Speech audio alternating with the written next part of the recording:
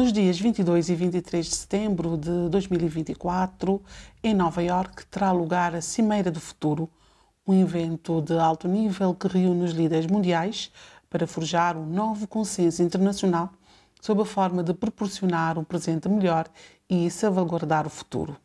No âmbito da Cimeira, os líderes mundiais irão adotar o Pacto para o Futuro, que incluirá um Pacto Digital Global e uma declaração sobre as gerações futuras, ao mesmo tempo que se irá refletir sobre um novo sistema multilateral que reflita as realidades atuais e que produza resultados para todos em todo o lado.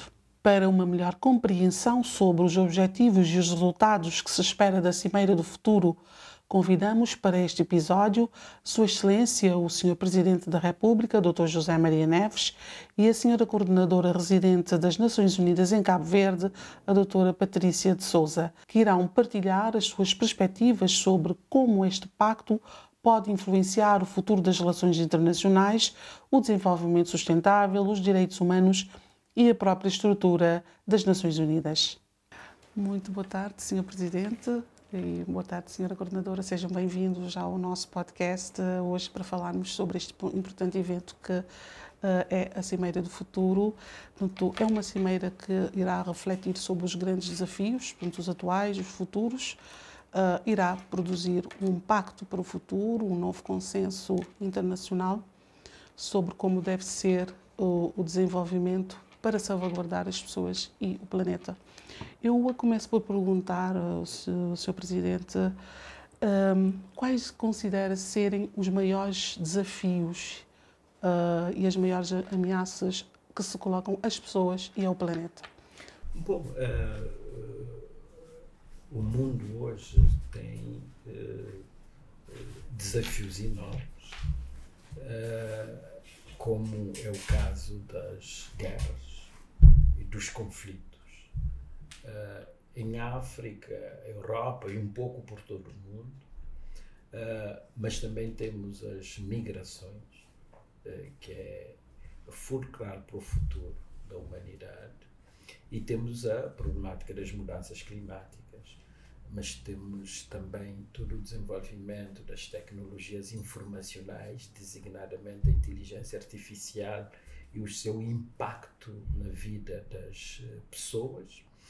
E temos as desigualdades entre países e dentro dos diferentes países, toda a problemática da pobreza e a ausência de oportunidades, particularmente no continente africano e vários países do sul global.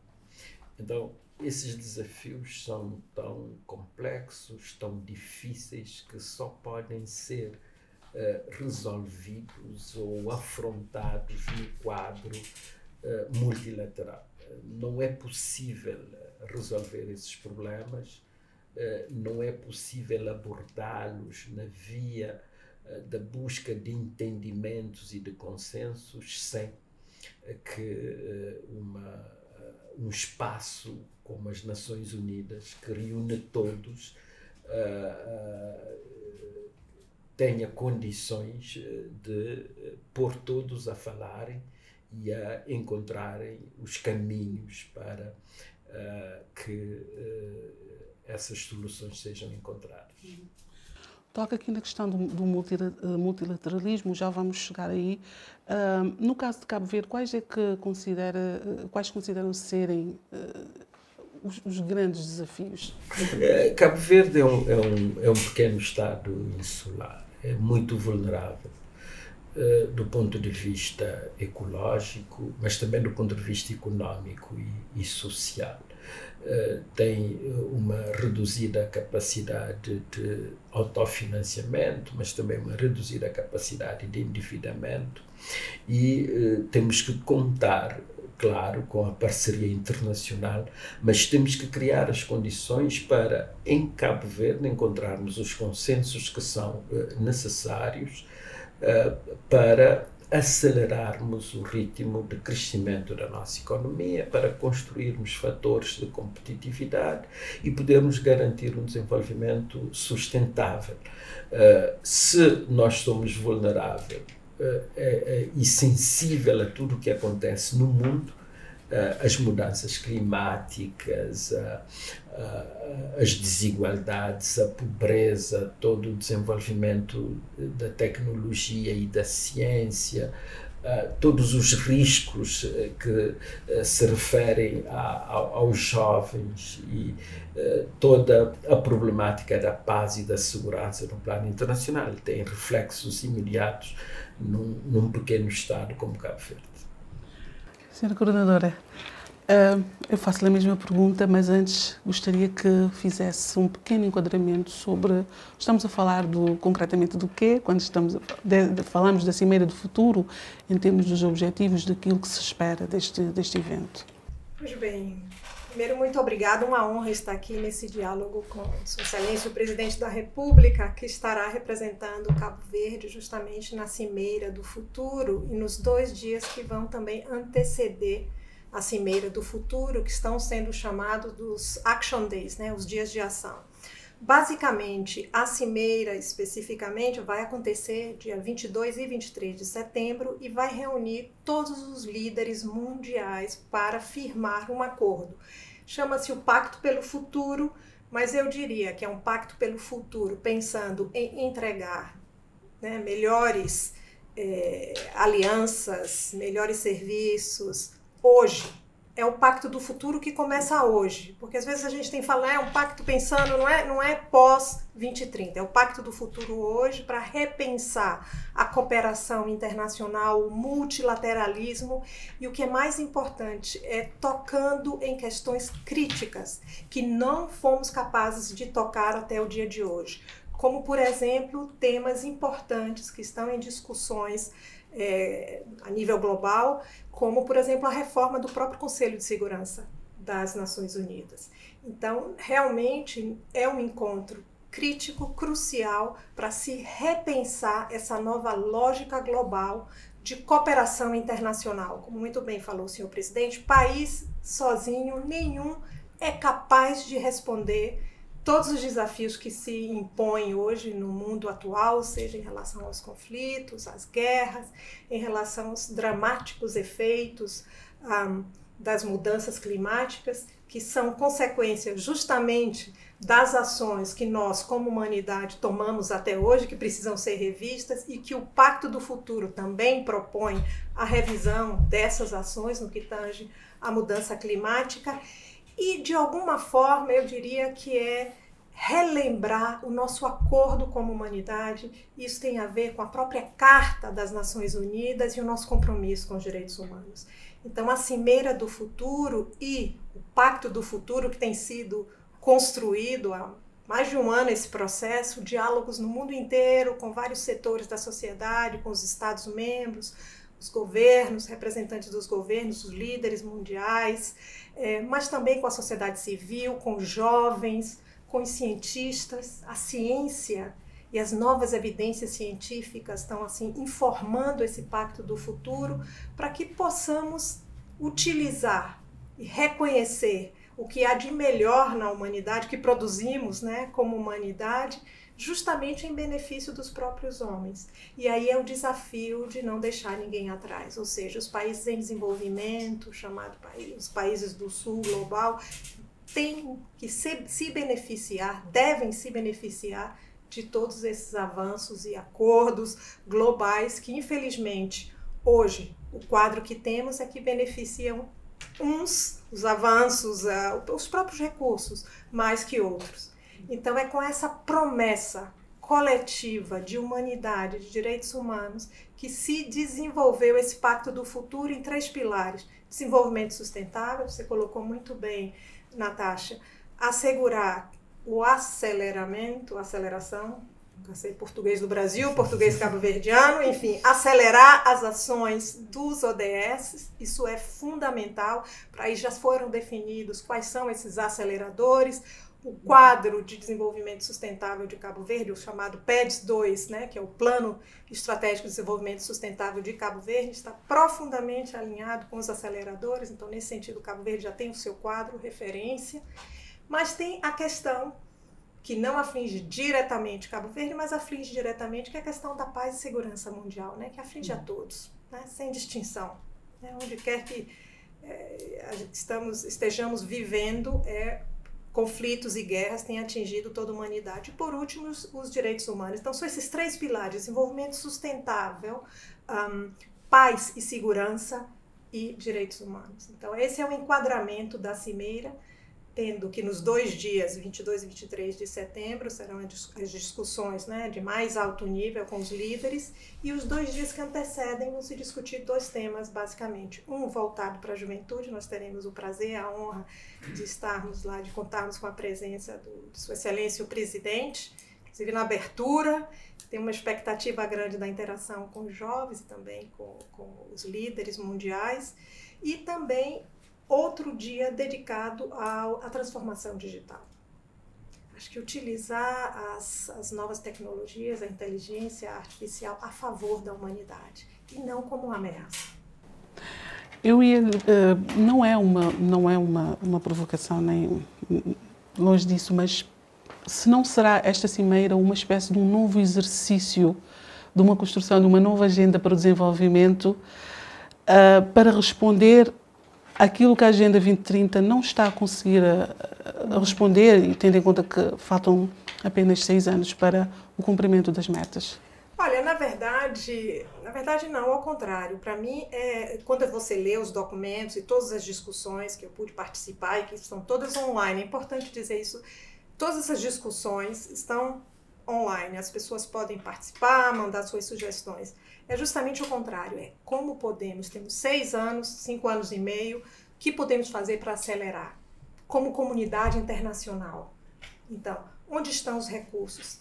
Tem, por exemplo, no pacto, o compromisso dos 100 bilhões de dólares voltados justamente para o desenvolvimento sustentável, com um enfoque muito grande na área ambiental, no impacto das mudanças climáticas.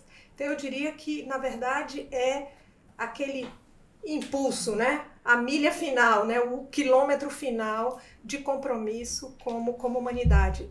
Tem muitos países, se olharmos o marco global, estamos muitos países um pouco atrás em relação aos ODS, mas há países como o próprio Cabo Verde que já avançou bastante em relação aos ODS. Então, o que se precisa é ver o que cada país necessita e como a comunidade internacional pode apoiar os países nesse sentido. São 60 ações. Interessante dizer que o Pacto do Futuro é voltado para a ação. Sr. Presidente, o grande foco da Cimeira do Futuro é o multilateralismo, portanto, um novo multilateralismo. Portanto, defende-se que deve mudar, não é? O multilateralismo deve mudar, passando a ser mais inclusivo, para ser também mais eficaz. Como é que vê que deve ser esse formato, esse novo formato do multilateralismo, que inclua todos e possa responder a esses grandes desafios que a humanidade enfrenta?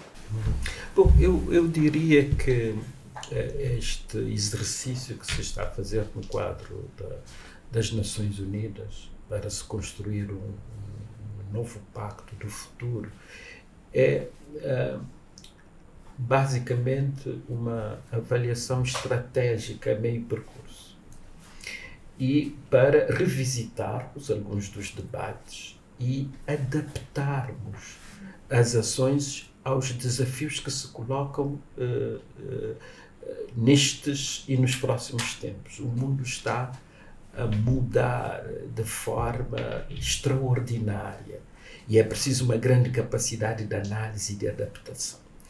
E nós aqui há desafios relativamente à governança global, designadamente a reforma das Nações Unidas. É preciso que todos os espaços geoestratégicos estejam agora representados a nível das diferentes instâncias das Nações Unidas, e é preciso também abrir novas avenidas e criar novas possibilidades para a prevenção dos conflitos, das guerras e a criação de condições para que as Nações Unidas tenham um papel muito mais determinante nos processos de negociação visando a paz e a estabilidade no mundo. E para além de outras instituições, designadamente uma nova arquitetura para as instituições financeiras internacionais. E é bom que os diferentes países, os diferentes líderes mundiais possam encontrar-se nesse espaço que é as Nações Unidas para discutirem e construírem novos consensos. E criarem novas oportunidades de futuro. E aqui, através desses passos que vão sendo dados, mesmo que não se cumpra a 100%, mas sempre é um acréscimo em relação ao passado. E só as Nações Unidas conseguem estabelecer essas agendas, difundir essas novas ideias, difundir essas novas políticas que serão sempre úteis para o futuro.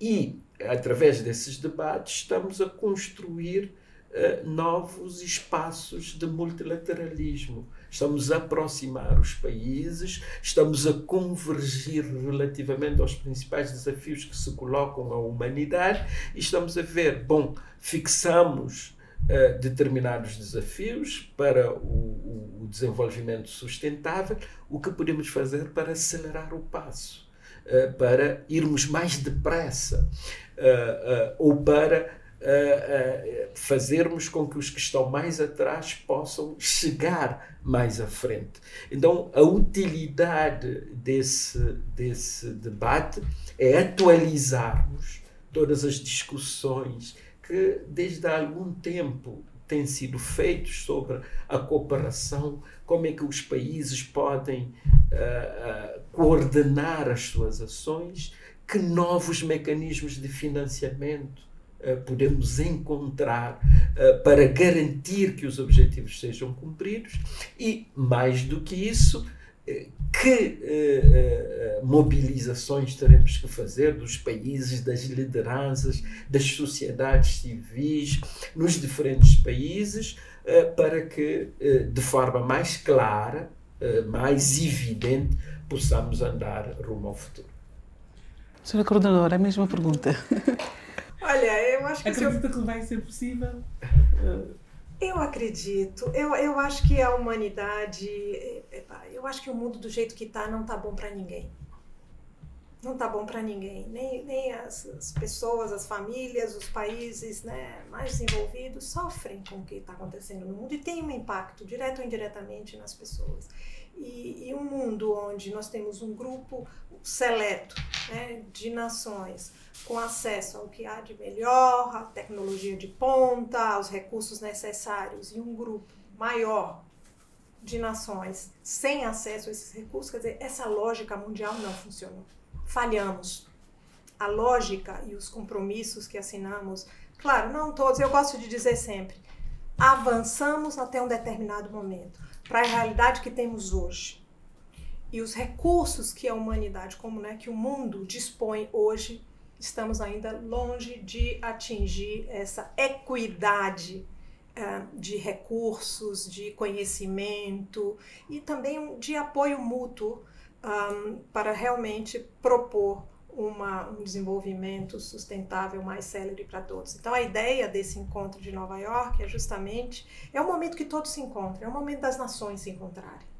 E eu acredito que este incômodo com esses conflitos, quem imaginaria que teríamos, né, em pleno século XXI, um conflito ainda no seio da Europa? Está acontecendo hoje. Isso tem um impacto direto. A gente vai para o Médio Oriente, a mesma coisa. E conflitos aqui no continente africano também, que esperávamos que já teria sido superado. Ou seja, esse encontro de Nova York é para ver como podemos, primeiro, pensar na arquitetura de paz e segurança global eficiente, eficaz e que realmente possamos, como humanidade, pôr fim aos conflitos, minimizar. E a resolução de conflitos começa antes que os conflitos iniciem. E hoje já sabemos como, já há técnica, já há abordagens, já há quadros referenciais para trabalhar a resolução de conflitos. Então, o que a gente precisa é disponibilizar a capacidade como humanidade que temos para a resolução de conflitos, implementar e ver como podemos ajudar uns aos outros nesse sentido. Também acho que a questão, por exemplo, das mudanças climáticas e o impacto que tem nas pessoas e no planeta. Se olharmos a última COP, já foi um avanço grande em relação à COP anterior.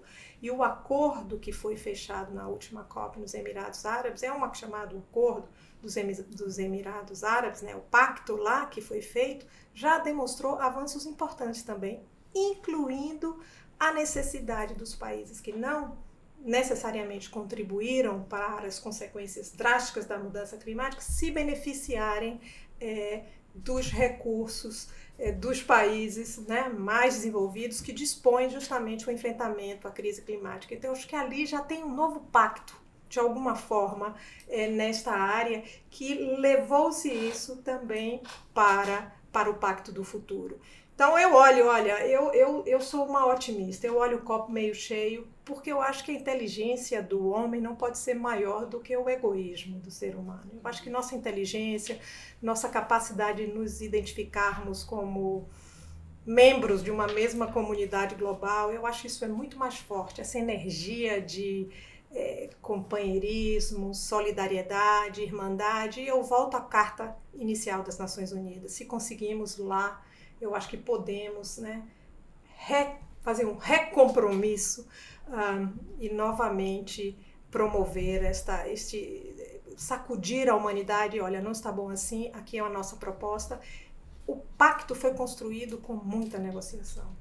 Todos os países participaram, a cada vírgula foi negociada, cada palavra, cada abordagem. Por exemplo, a representação de países subrepresentados no Conselho de Segurança foi discutido e está refletido no pacto. Então, fala-se de uma representação maior, por exemplo, de África.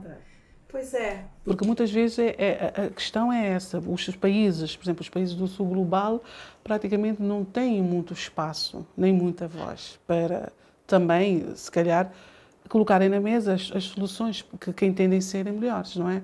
Porque quem está na linha de frente dessas grandes decisões são sempre os países dos de sempre, não é? Não passaria também por esses países terem mais voz, mais presença e mais oportunidades também de... E isso está refletido no pacto, é o que o pacto está a propor. Representatividade e voz, e falam até da questão do veto, de discutir essa questão do veto no Conselho de Segurança. Mas eu lembro também que as próprias Nações Unidas também estão se revendo. Hoje temos a abordagem que chama UN 2.0, justamente porque precisamos ser um sistema eficaz, eficiente, para justamente apoiar os Estados-membros diante desta demanda que os Estados-membros têm.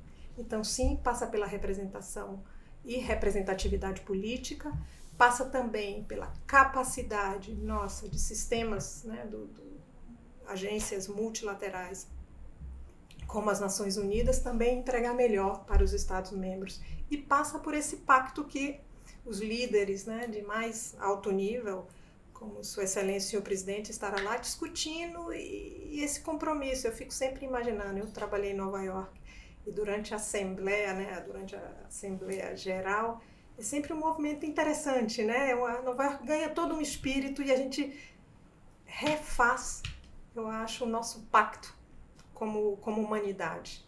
Ali a gente novamente se une e diz, olha, e é interessante ver que às vezes países que têm alguns temas uns com os outros dialogam. Eu acho que esse é o papel das Nações Unidas. Quero comentar também sobre... Eu só queria destacar aqui um elemento, é que antes, portanto, as Nações Unidas vêm de 1945 e veja que o mundo mudou extraordinariamente. Antes, as mudanças eram mais morosas, demoravam muito mais tempo. Hoje, eventualmente, as coisas acontecem todos os dias, não é? E então é importante essa a possibilidade de estarmos a antecipar alguns debates quanto às Nações Unidas e quanto ao futuro. Mas também a própria estrutura das Nações Unidas hoje tem que adequar-se aos desafios, não é? Designadamente o Conselho de Segurança, porque há novos países emergentes, há novos espaços geopolíticos, há novas demandas e há novas exigências. Então é fundamental que as Nações Unidas consigam, através das suas estruturas e estratégias, responder a essas mudanças. Mas é importante também ter em conta que, como disse a senhora representante das Nações Unidas, a Assembleia Geral é um momento onde todos os líderes se encontram, estão presentes, podem conversar. E essa conversa é importante para todos. Os países mais pobres ou menos desenvolvidos tomarem consciência dos desafios que ainda têm e poderem acelerar o passo fazendo o seu trabalho de casa para poderem orientar as suas ações para a dignidade da pessoa humana. E se colocarmos a pessoa humana, e como vem na Carta das Nações Unidas, como vem na Declaração Universal dos Direitos Humanos, no centro de tudo, então estaremos sempre orientados para o bem comum. E os países desenvolvidos também terão consciência do trabalho que têm que fazer em cooperação com os outros para termos um mundo muito mais humano. Para termos menos conflitos, menos guerras e os recursos da humanidade serem canalizados para a dignificação da pessoa humana. Então, eu acho que as Nações Unidas é o espaço vital para esse debate e para a construção dos consensos que são necessários. Então, eu ponho uma grande confiança nesta reflexão, no novo pacto de futuro que vamos discutir e vamos aprovar, e com os olhos postos nas gerações futuras e na busca de caminhos para termos um mundo muito melhor. Portanto, há uma grande expectativa, acredita-se, né, com este pacto para o futuro, que é um documento muito ambicioso. Quais são as grandes prioridades que devem, a seu entender, constar desse documento? Bom, eu penso que as prioridades emergem dos desafios que nós temos. Nós precisamos desesperadamente de paz e de estabilidade. Se falarmos só do continente africano, sem considerarmos as outras guerras ou estratégias, precisamos de paz e de segurança. E só podemos cumprir os Objetivos de Desenvolvimento Sustentável se tivermos paz e estabilidade. Mas também, face aos avanços da ciência e da tecnologia, temos de poder encontrar medidas para colocar todo esse desenvolvimento ao serviço do bem comum. É importante. Hoje o drone serve para as guerras, para destruir, mas o drone também pode servir para levar medicamentos a zonas distantes, para levar comida a zonas distantes. Então, como aproveitar todo esse desenvolvimento tecnológico, não é? A inteligência artificial para melhorar o mundo, para melhorar a qualidade de vida das pessoas, para que as mulheres e os homens possam viver com mais dignidade. No fundo, é esse o debate. que políticas para que os jovens do mundo possam ter muito mais oportunidades. Como é que nós podemos desenhar as instituições da governança global para que possam regular todos esses desafios que nós temos? Então, esse pacto, e pelos documentos, pelos debates, pelas discussões já havidas, vem orientar-se precisamente para essas questões.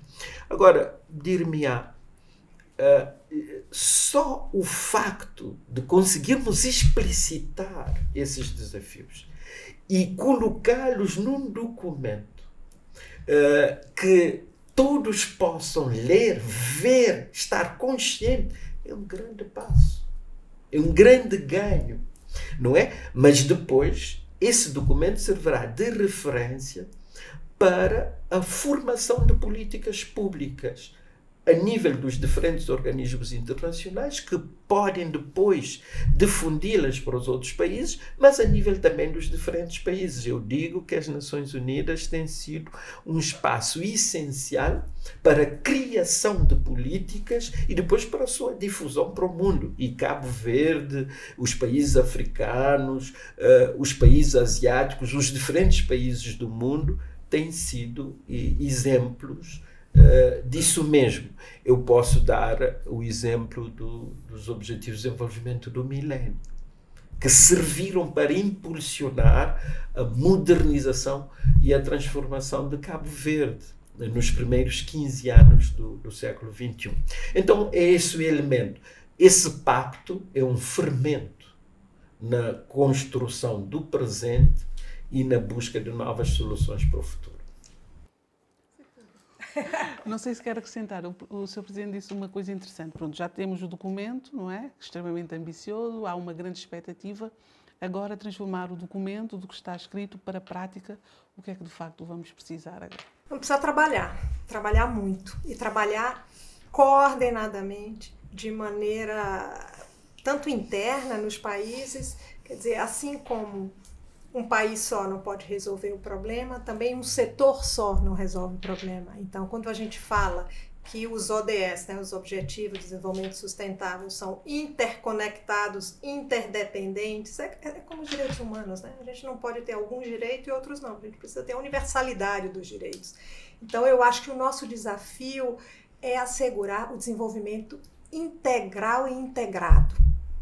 Então, apoiar e nos prepararmos como sistema das Nações Unidas, como parceiros dos países, assim como os parceiros bilaterais, porque tem isso também, cada vez mais precisamos trabalhar juntos, bilaterais, multilaterais, e multilaterais aqui incluindo os bancos internacionais, quer dizer, que tudo faz parte dessa equação, desse ecossistema de desenvolvimento e efetivação, garantia de direitos humanos e da paz, da segurança que precisa ser posto em prática. Então, para mim, o desafio maior vai ser estarmos prontos, preparados. Eu sempre converso com os colegas e nós dentro do sistema das Nações Unidas aqui em Cabo Verde, né, o que a gente chama UN Country Team, né, equipa país, nós temos que trazer o que há de melhor, de mais avançado no mundo para Cabo Verde. Cabo Verde, para que Cabo Verde, a população de Cabo Verde, as ilhas de Cabo Verde, o ambiente, o mar, a biosfera. Eu nunca esqueço que aqui também a gente tem uma biosfera, são 2 ilhas, né? Mas não só, aqui mesmo em Santiago, se a gente olhar, tem áreas que a gente tem que olhar com muito cuidado. Então eu acho que é olhar esse ecossistema de desenvolvimento, de paz, de direitos humanos com um só movimento que precisa ser coordenado, intersetorial e integrado. Então não adianta trabalhar com o setor de saúde separado do setor de educação. Agora mesmo a gente vivendo em Cabo Verde, enfrentando uma epidemia da dengue. Hoje de manhã estava discutindo, olha, não é uma questão só de saúde, é uma questão social, é uma questão comportamental, questão das famílias, das pessoas individualmente. Então, sem me alongar muito, eu diria que o nosso grande desafio agora é primeiro estarmos equipados, capacitados para dar essa resposta rápida, eficaz e eficiente para apoiar os Estados-membros das Nações Unidas com esse próximo passo do desenvolvimento. Como falou o senhor presidente, esse passo tem que ser maior, mais célere, mais inteligente para poder utilizar o que a gente já sabe. A notícia boa é que a humanidade já avançou, sabemos muito mais do que sabíamos antes, temos um corpo de cientista e muito me alegra no movimento que o senhor secretário-geral fez, foi de convocar um quadro de cientistas para justamente apoiar as Nações Unidas nesse próximo movimento, seja no âmbito das alterações, mudanças climáticas, mas também no âmbito do desenvolvimento sustentável de uma maneira geral. E a resposta é simples, é trabalhar de maneira coordenada,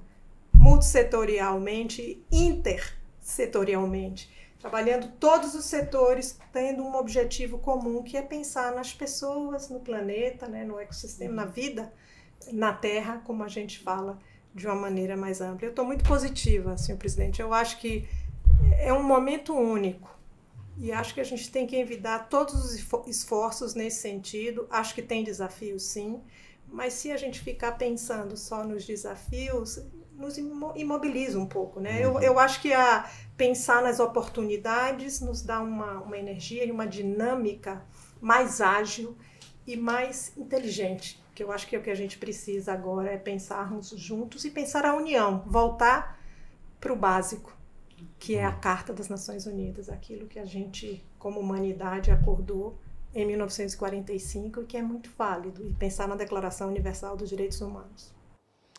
Já agora que fala da questão da Declaração Universal dos Direitos Humanos, nunca como atualmente a questão dos direitos humanos é cada vez uma questão que temos que colocar em cima da mesa na questão das salvaguardas dos direitos humanos. E a questão que eu coloco é como é que entende que este pacto para o futuro poderá servir para assegurar, para garantir a proteção dos direitos humanos? Veja, o desenvolvimento é o caminho para a liberdade. Quando nós estamos a pensar o desenvolvimento, estamos a pensar como é que devemos trabalhar para as pessoas viverem melhor, com mais dignidade, para acabarmos com a pobreza extrema, para acabarmos com a fome, para desenvolvermos a educação, para ter os melhores serviços de saúde. Estamos a pensar nos direitos humanos. Então, o debate que vamos realizar e o documento, o Pacto do Futuro, vai ser essencialmente uma fonte de inspiração para as lideranças mundiais. Teremos um novo plano de voo e é claro que vamos encontrar pelo caminho momentos mais tempestuosos, mais turbulências, mas isso dependerá sobretudo da perícia do comandante do voo, das lideranças mundiais. Mas a preocupação desse plano de voo é defender, promover os direitos humanos, não é? E pelos documentos e pelos debates havidos, a preocupação fundamental é com as crianças, os adolescentes, os jovens, as mulheres, os homens, as pessoas. E eu penso que esse documento será um documento essencial para defendermos os direitos humanos no futuro, não é? Só conseguiremos ter um mundo melhor se conseguirmos realizar efetivamente a ambição, a ânsia de desenvolvimento. E eu, como tenho dito, tenho uma profunda confiança e sou muito positivo e acho que vamos dar um salto importante com a aprovação deste documento e com a consciência clara dos desafios que temos pela frente e do trabalho que tem que ser feito para realizarmos esses desiderados.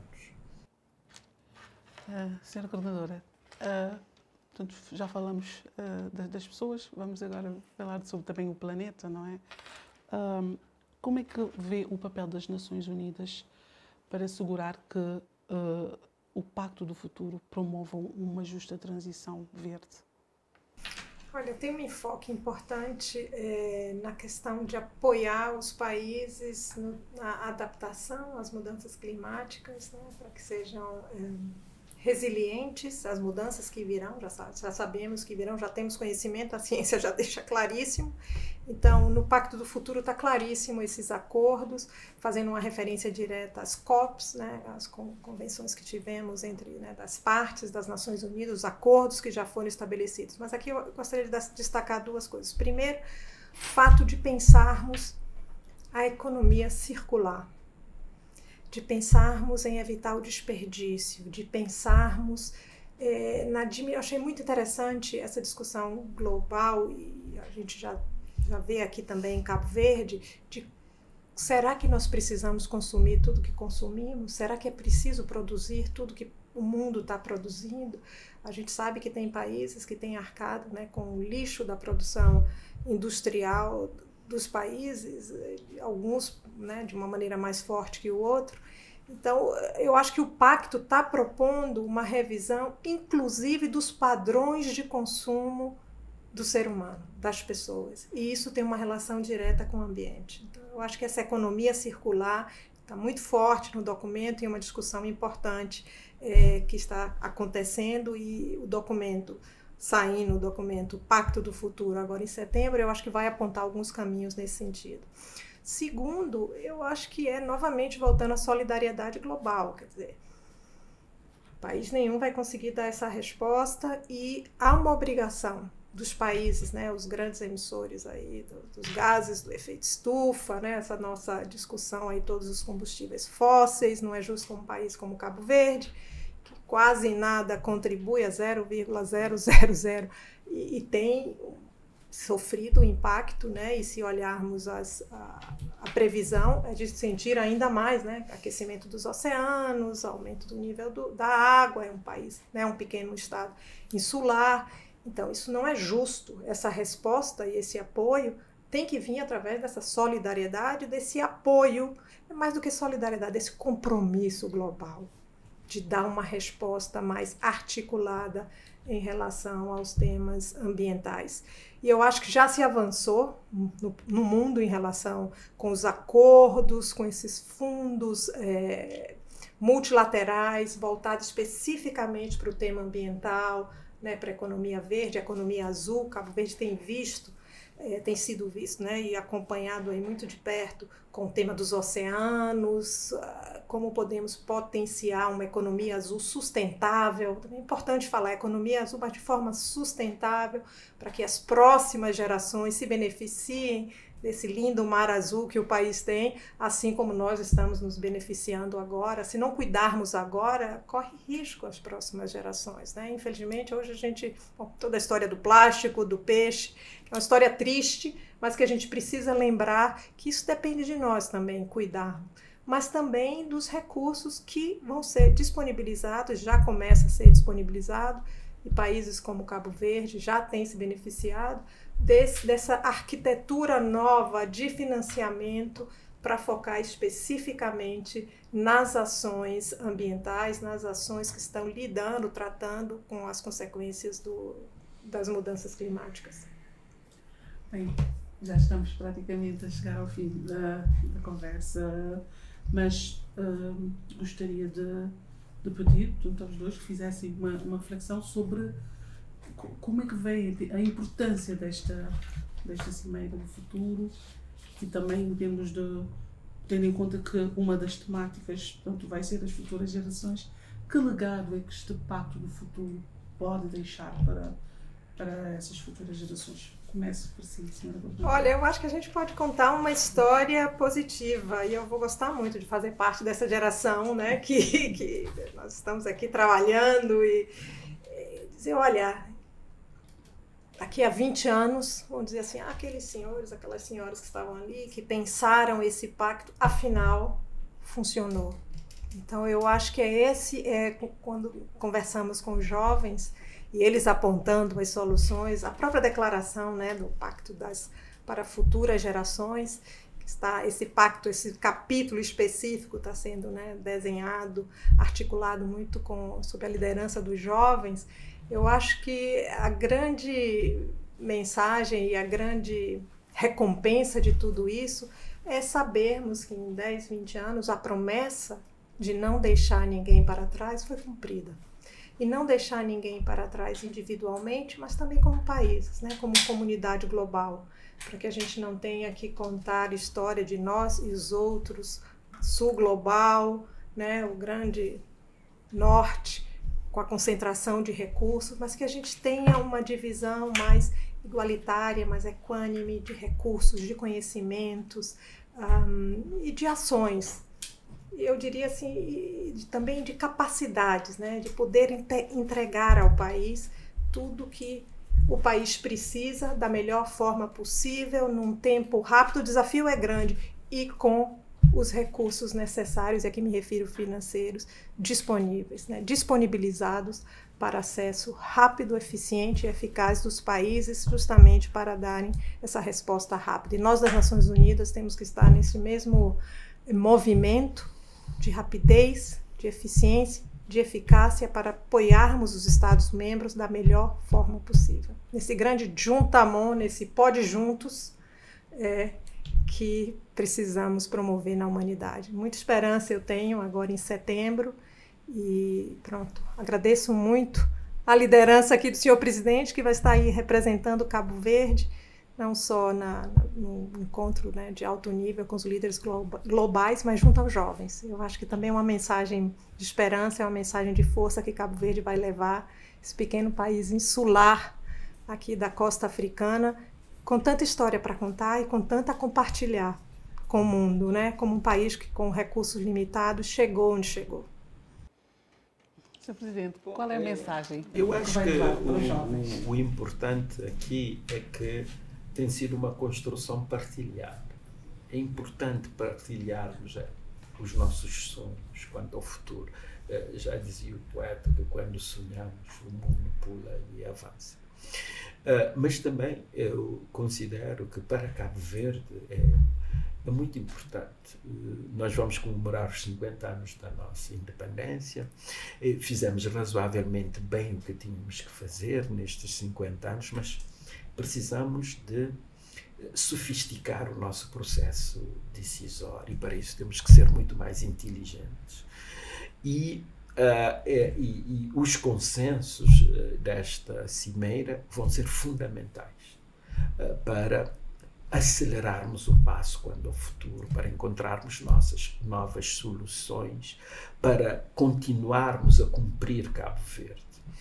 Então, como no início, na hora zero da República, as Nações Unidas foram fundamentais para abrirmos os caboclos e colocarmos os alicerces para a construção do futuro. Agora precisamos de novos ingredientes, de novos adubos, de novas ferramentas para irmos mais depressa. E esta cimeira é uma possibilidade para Cabo Verde, é uma nova oportunidade para um país como Cabo Verde. Por isso, eu também queria agradecer às Nações Unidas por esta possibilidade de debatermos, de conversarmos, mas, sobretudo, por esta possibilidade de pensarmos o futuro, de sonharmos um novo futuro para estas ilhas de Cabo Verde. E, enquanto país, vamos partilhar as nossas experiências, vamos aprender com os outros e é nessa cooperação que vamos conseguir ter um Cabo Verde melhor, que é o nosso contributo para um mundo melhor. Vai estar com os jovens? Tem alguma mensagem especial? Estar com os jovens é interessante, porque os jovens estão permanentemente descontentes. E quem está no poder, às vezes, acomoda-se. Então, é um momento de diálogo, de confronto, e acho que é importante, sobretudo, continuar a aguçar a curiosidade dos jovens sobre os desafios que se colocam, para juntos encontrarmos as soluções, mas também ouvir os jovens, ouvir as suas reivindicações, as suas ideias, para não nos acomodarmos, para podermos construir novas soluções quanto ao futuro. Para mim será um momento absolutamente enriquecedor. Muito obrigada, agradeço os dois. Muito obrigada, Sr. Presidente, muito obrigada, Sra. Coordenadora, e desejo-lhe uma excelente missão em Nova Iorque para a Cimeira do Futuro. Obrigado. Muito obrigada. Muito obrigada. Concluímos o primeiro episódio da segunda temporada do Pod Juntos, o podcast das Nações Unidas Cabo Verde. Convidamos a acompanhar-nos nas nossas plataformas, nas redes sociais, o Facebook, o Instagram, o YouTube, o X e no LinkedIn. Até lá, fique bem.